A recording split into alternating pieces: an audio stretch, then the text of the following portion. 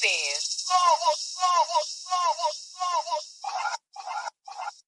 Welcome back. We're glad you joined us. Now, if I remember correctly, the Southside Freight Crew just lost terminal wars. Yeah, that was rough. Long, quiet bus ride home. Nobody said a word, not even Reggie, and you know he can't shut up. They really thought they were going to bring that trophy back again, walk in here like champions. But nope, they didn't. And now, they are just losers on forklifts. Will they bounce back? Hell, I don't know. But I do know one thing. Today's about to get interesting because they're meeting their brand new terminal manager. And if history's taught us anything, bosses don't last long here. Let's tune in. This should be good. I sat in my car for a good 5 minutes after I pulled into the lot, staring at the sky, wondering was my life gonna get any better. This job is killing me. Like literally draining the life out of me one pallet at a time. My back hurts, my knees be popping and shit, and for what? My bills are barely paid, and I'm hanging on like a malnourished prostitute's G-string. And I can't even remember the last time I took a vacation. I've been working hard for years, and I got nothing to show for it but sweat and stress. I leaned my head back, closed my eyes, and told myself, you know what, Lex? From now on, you're gonna stand for something. No more bending over backwards and getting fucked. From now on, you are gonna be the one who's doing the fucking. You got principles now, goddammit. I wasn't sure what those principles were yet, but I was determined to find the fuck out. I finally dragged myself out of the car, and right on cue, here comes Reggie, looking way too chipper for 5:45 in the morning. He grins and says, Yo, we meet the new terminal manager today. Oh yeah, that's right, I mumble, rubbing the sleep out of my eyes. What do you think he's gonna be like? Reggie smirks. Well, statistics say he's probably a cross between the president and a vegan. I just stared at him for a second, wondering if I had the energy for Reggie's nonsense this early. A vegan won't last a week in this place. He shrugs, and we walk inside together. The break room is filled with the usual suspects. My sarcastic inner voice is already working overtime. Ah, yes, the land of the overworked and starved coming together finally. I glance at the chipped table, the ancient microwave, and the overpriced vending machine, and I think to myself, how much money could I get if I slip and fall?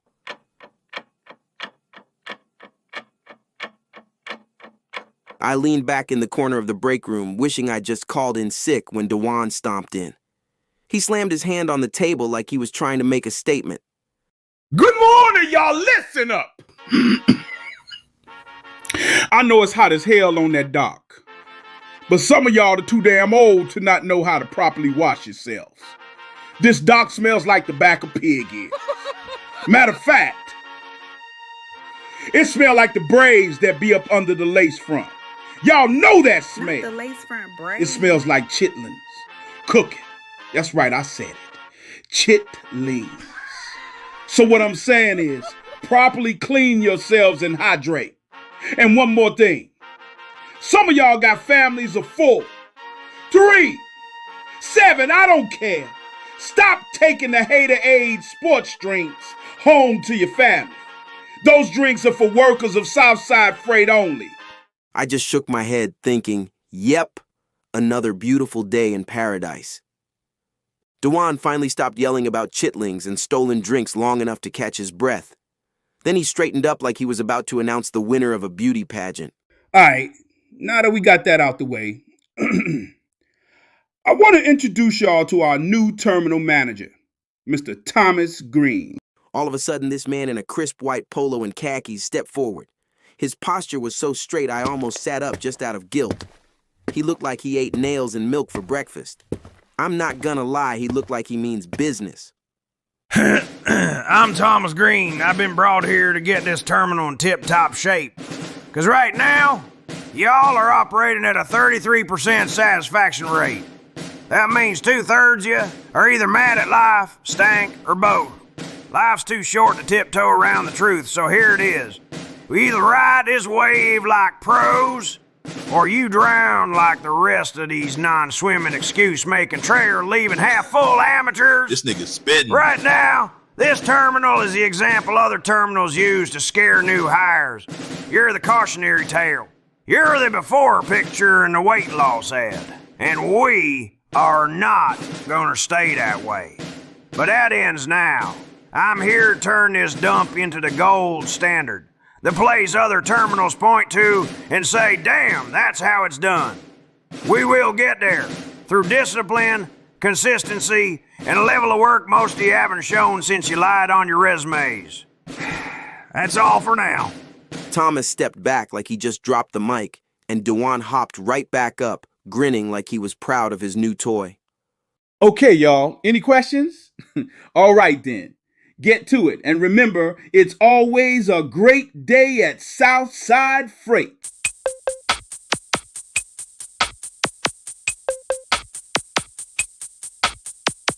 I went to grab my paperwork, thinking I'd just coast through the day quietly, maybe hide behind a forklift for a little bit, but of course, the doc had other plans. Soon as I stepped out there, I heard a group of voices carrying over the hum of the fans and the occasional beep-beep of a pallet jack. Naturally, I had to investigate. If there's one thing I've learned at Southside Freight, it's that when people are huddled up laughing and acting suspicious, it's either drama or stupidity. I slid up on the group just in time to hear Keon yell, Now who around here ain't washing they balls, and which one of y'all females ain't washing that cat? I almost dropped my paperwork. Ball and cat management? We starting a hygiene HR department now? Then Reggie jumps in like he's been waiting all week for this, talking about, Well, my calculations tell me that since over half the employees that work here are under 30, it's most likely that 57% of the people here don't know how to properly wash their asses. I just stared at him. My boy really hit us with an ass stat. Bree shook her head, sighing. I wasn't even gonna say nothing, but it has been smelling like a cow farm in this bitch. Then bruh, because he can't resist one-upping folks, added, Hell yeah, shit smell like a bologna and egg salad out here. I gagged a little. Bologna and egg salad? Bruh's imagination is priceless. Peaches chimed in next. And I bet whoever's doing it gets straight into bed after work. I bet them sheets nasty as fuck. I could never. Then Coach, the oldest and most disappointed man alive, crossed his arms. I just don't understand the younger generation. Grab a bar of soap and a towel, wash your body, and go on about your day. I couldn't help myself. I leaned in and said, Yep. And while you are drying off, use a witch hazel cotton ball and be fresh all day. The group went dead silent and turned to me like I'd just confessed to a crime. Witch hazel? Coach said, eyebrows in the stratosphere. But what the fuck is you doing with witch hazel? I looked around, confused. Hold up. Y'all are grown men and you don't use witch hazel after you shower? Blank stares. I explained. Yeah, so after you dry off, you take a witch hazel wipe or cotton ball and hit the crack of your ass because a lot of y'all be missing that spot in the shower. Coach's face twisted like he just bit a lemon. Nigga, what? Are you serious? Yes, I'm dead serious. Keon jumped out of nowhere, doubled over laughing. Hell no, witch hazel booty ass boy. The group fell out, wheezing, but I wasn't going down like that. I turned to Keon and said, Hey, don't shoot the messenger. And that's probably why your girl holds her nose while she gives you head. The whole group hollered, except Keon. He was pissed. Then Peaches had to throw the final dagger. All this hygiene talk and you niggas will still hit a girl that stinks. So I don't know why y'all up here concerned and shit. I held my hand up. Hell nah, not me. Well, I take that back. Like if she goes to the mailbox and comes back in the house, you know, like right before Musty, we good. That's when we all heard Dewan's voice cutting through the dock like an air horn. What are y'all doing? Get back to work. We scattered like roaches. I just shook my head thinking, yep, another productive day at Southside Freight.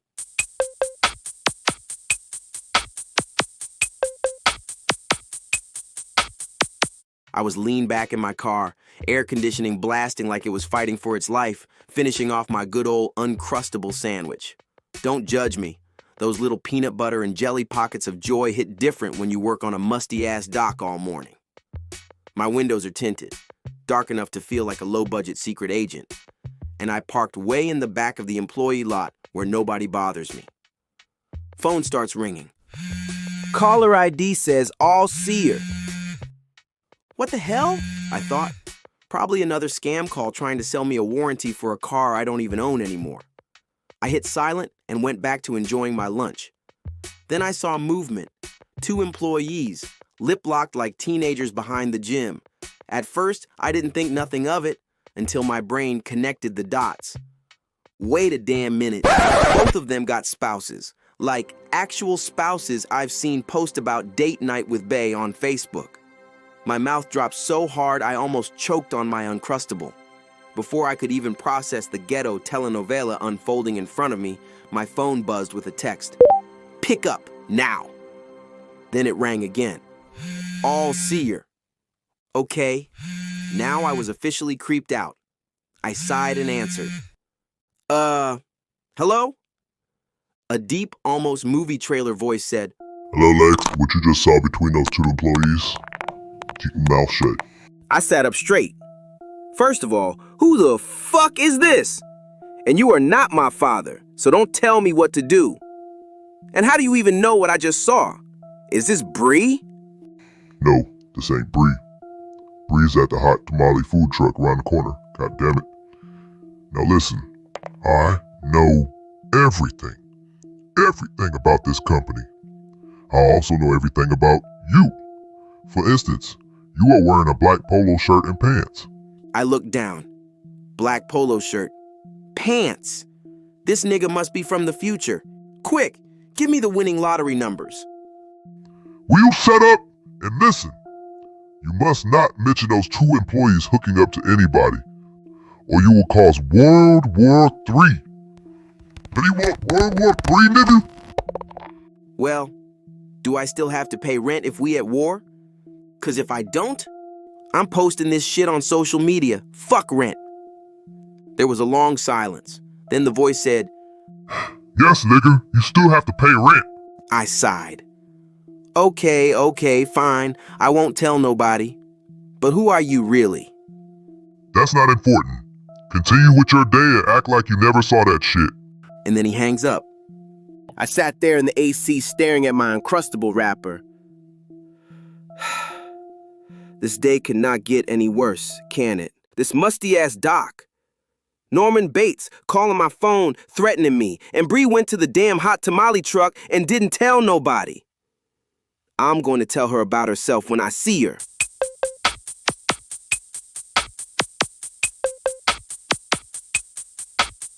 Today's been musty, messy, and downright scandalous. Lex wonders who the hell the all-seer is while he finishes his trailer. Now, all eyes are on Peaches with the final trailer of the day. Smooth sailing from here, right? Fuck no. Let's tune in and see how this goes. I had just finished up my trailer and figured, let me be a team player today. I strolled over to the last trailer everybody was working on, thinking we'd knock it out quick. For a minute, it was smooth sailing. It was all good. Then, like clockwork, chaos found us. Peaches got her forklift wedged between 2 pallets like she was trying to parallel park in a shoebox. Lord, it's too hot for this shit. She hollered, fanning herself. Danny, who apparently had taken an oath to always state the obvious, goes, "You're right. So let's get this shit out of this trailer so we can go home." The rest of us sat on our forklifts. I leaned on my steering wheel thinking, yep, this is exactly how a work injury video starts. Finally, Peaches eases her forklift under the stuck pallet. By this time, everybody in the terminal was watching. She starts backing out, all careful at first. Then zoom, she got a little too confident. Danny's eyes went wide. "Peaches, wait!" Too late. The pallet she was dragging scraped the one behind it and shredded the plastic like a cheap t-shirt in a fight. And then, boom! A waterfall of little plastic pieces spilled all over the dock floor. The dock went silent. Coach, moving like this was a crime scene, bent down and picked one up. It was wrapped in plastic. He squinted at it. Bree leaned forward and screamed, Wait a minute. Is that a dildo? We all froze. Yup. That's a damn dildo. It looked like this year's new model, too. Coach dropped it so fast you'd think it bit him. The sound of it hitting the floor echoed like a gunshot in the quiet dock. The whole crew stood there, speechless. I slowly turned to Bruh, and then Bruh looked at me, and then I looked back at the dildos, and then I looked back at Bruh. And then Keon, of course, had to be Keon. He threw his arms up and yelled, Dildo fight! And then all of a sudden it felt we were in space fighting for our respective causes. Bruh steps forward, dual-wielding a thick one like he's the chosen one. He lowers his voice to that Darth Vader rumble. I am your father now, on paper. He lunges. Silicone slices the air. It's like lightsabers clashing, but squeakier and more inappropriate. Behind a pallet, Reggie crouches low like a battle-hardened stormtrooper. And then I hear him say, The Force is strong with this one. Nigga, what? And flings a dildo like a boomerang. It sails majestically through the air. Then smack! It nails Danny in the neck. Danny spins, eyes wide, betrayed by the galaxy itself. He grabs two dildos, crossing them like dual lightsabers. May the forklift be with you. Peaches hops off her forklift and grabs a dildo and says, It's not my fault you space hoes man want to taste the Force. Bree tosses a load of dildos onto her forks, and she catapults them into the air like they were rubber torpedoes. But instead of running, she just stood there and one came down and hit her shoulder. She freezes, looks at it like it's her destiny. Slowly, she picks it up, eyes glowing with the Force. Oh, hold up. This is that 12-inch chrome hilt, triple speed vibration, force sensitive tip, rechargeable by USB-C, and oh, look at that grip.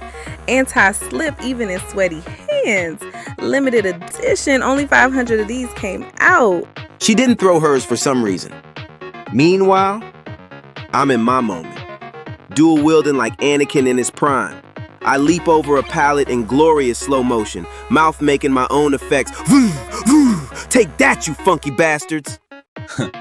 Witch Hazel, I see you've come to settle your debt. Talk all you want, Nosebleed, but when they check the history books for the Great Meat Saber War, they will see who won this battle.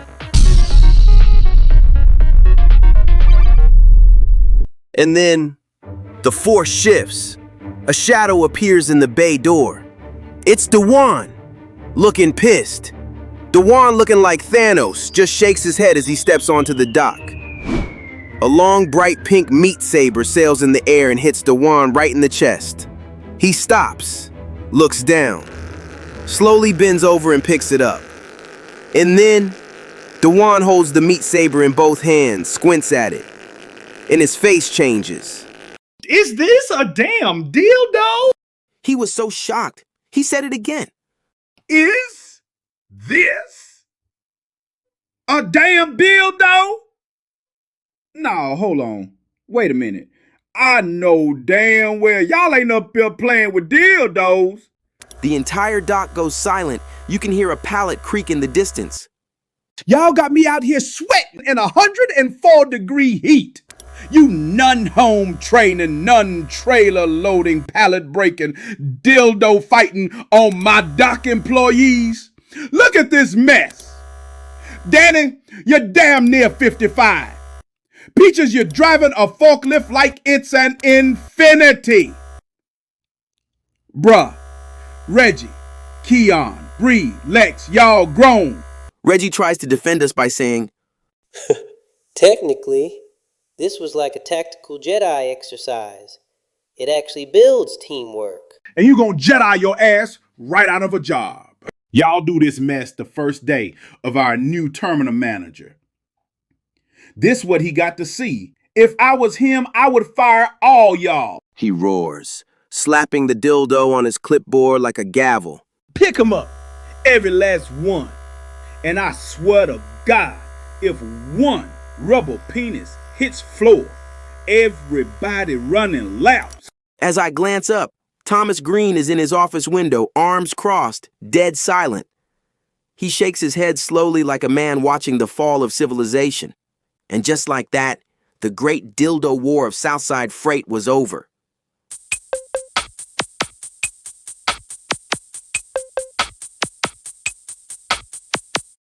I slide into my car like a man clocking out of war, immediately kicking off those steel-toe torture devices and sliding into slippers. I lean back, let the AC hum, and stare out at the employee parking lot. First off, hygiene is life. If you're old enough to drive a forklift, you're old enough to scrub your ass. Second lesson, keep practicing telekinesis, because you never know when you'll end up in a meat saber battle. Remember you are in control of your path, so stop thinking negative and start thinking positive. I put the car in drive and begin to leave the parking lot. Well, until next time, remember, it's always a great day at Southside Freight. Warehouse like we keep a seed of life. Southside Freight, but we work all night. Jumping around, making stepping straight. Lifting vodka black and hard, those are fake. Switching lanes with the home with no buzz. Riding home, making magic out of dust. From the dock to the club, no delay. Mark the time on card, till we slay.